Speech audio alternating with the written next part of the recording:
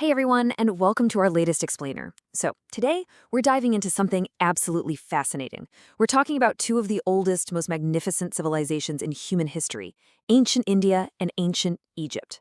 Now, for the longest time, historians have kind of just assumed these two developed completely in isolation, right? Like, both had these incredibly advanced systems of math, astronomy, religion, and architecture, but were totally separate. Well, as we dig a little deeper, we actually start to find that they might have been sharing some pretty massive, long-buried secrets. Here's a quick roadmap for this explainer. First, we'll look at the Greek assumption, then treasures across the sea, next, the language of food, followed by echoes in ancient names, and finally, beyond mere coincidence. Starting things off with Section 1, the Greek assumption, rethinking Alexander's influence. So, did the Greeks truly connect to the ancient world? It's actually super easy to assume they did. I mean, Alexander the Great conquered Egypt back in 332 BC, and after he died, the Ptolemaic dynasty ruled Egypt for more than 3 centuries. Because of that, there's obviously this highly visible Greek cultural influence in Egyptian society from that era. Think of famous cities named right after him, like Alexandria. So when we spot similarities between the Middle East and the East, it's almost a reflex to just hand the Greeks all the credit for building that bridge.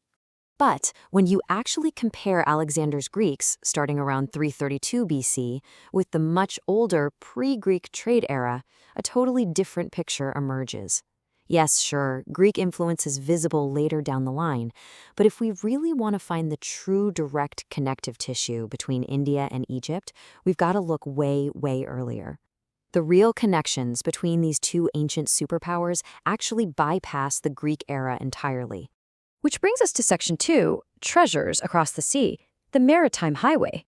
Seriously, just look at the sheer, overwhelming volume of what was actually moving between these civilizations.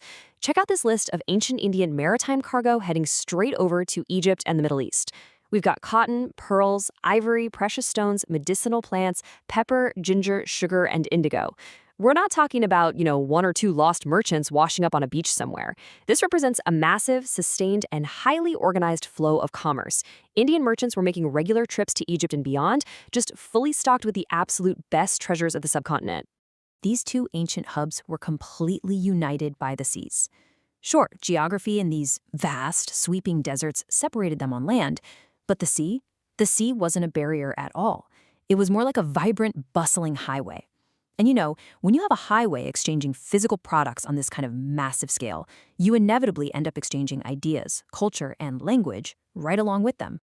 Moving right along to Section 3, the language of food, edible etymology. This brilliantly illustrates exactly what I'm talking about. Let's take a look at the linguistic journey of just a single, everyday grain.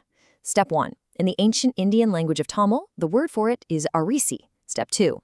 As Indian merchants traded this good across the ocean, it arrived in ancient Egypt, where the word morphed into eris. And step 3, fast forward to modern English, and we get the word rice.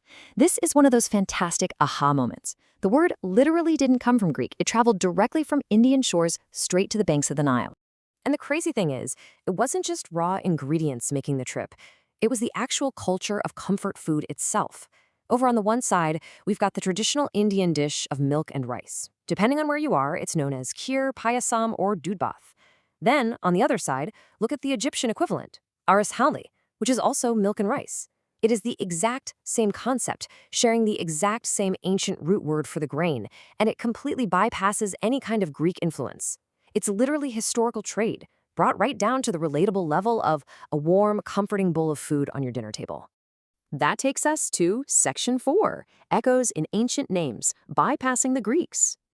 Let's methodically map this out, because it turns out human names traveled right alongside those merchants. Just look at the first one here, Meena. In the Indian context, it's Sanskrit for fish, famously seen in the Meenakshi temple. But over in Egypt, Meena is actually a highly popular name among Coptic Christians. Next up is Maya. In India, it's one of their deepest metaphysical concepts. Meanwhile, in Egypt, it's a documented ancient name.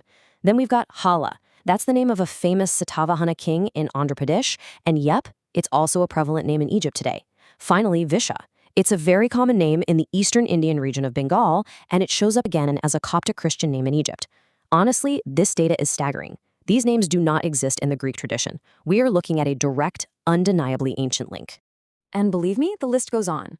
We have even more shared ancient names. Take Kia, which was the name of an Indian queen and also pops up in Egypt. We see Ahmad, which is a cognate of the ancient Indian name Ungad. There's Ghul, or Bula, even Sham, which is used in Arabic for Syria. I mean, I have to ask you, could all of these incredibly specific linguistic parallels possibly just be an accident? Could completely independent cultures just happen to invent the exact same names for their children? Or does this point to a deeply rooted cultural exchange that our history books have basically just ignored? Finally, let's look at Section 5, Beyond Mere Coincidence, Architecture and Energy.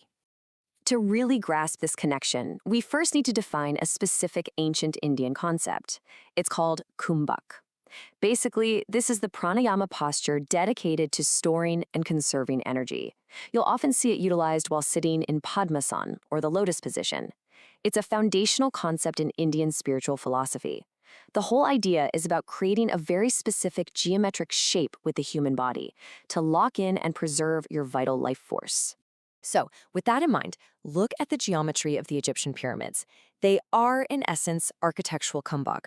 The ancient pyramids utilized the exact same posture, this incredibly wide base that tapers perfectly up to a peak. They were built specifically to conserve and store energy over millennia. And, it worked beautifully. They stood strong for thousands of years as these absolute marvels of energy conservation and structural integrity, at least until they were disfigured much later in history by British and Arabian interventions. But that core philosophical root, the idea that this specific shape preserves power and life, that is a massive shared trait between India and Egypt. We've tracked the maritime highway, shared bowls of rice, the names of ancient queens, and even the very shape of energy itself. All of it pointing to a massive, direct relationship that completely bypasses the Greeks. So I'll leave you with this final thought to chew on. If names and foods so effortlessly crossed the ancient seas, uniting India and Egypt thousands of years ago, what other incredible shared histories are currently buried beneath the sand, just waiting to be unearthed? Stay curious, keep learning, and I'll catch you in the next explainer.